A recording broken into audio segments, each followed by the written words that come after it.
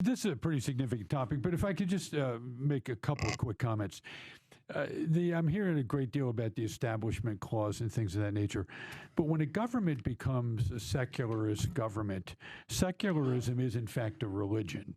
And the concern that I have is that because of the control that government has on so much of our lives, predominantly education, in reality, for those of us of faith, it's a de facto establishment of a secular society denying me and my children the right to practice the faith as we see it by using the disguise of the public sector as a means of removing from us the freedom of our religion, where education so frequently serves as a basis for the very foundations of the religious understanding that many of us have. I went to parochial schools and public schools.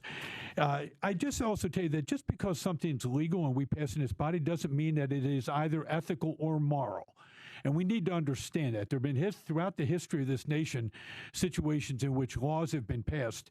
And so whenever you have established a secularist society denying the very foundation of the religious liberties and freedoms we have, we should all be concerned. The Ninth Circuit Court on October 6, 1970, ruled the following.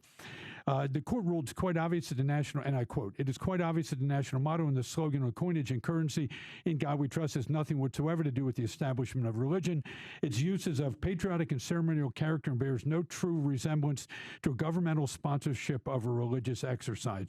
On June 11, 2019, the United States Supreme Court rejected the case challenging "In God We Trust" motto on national currency.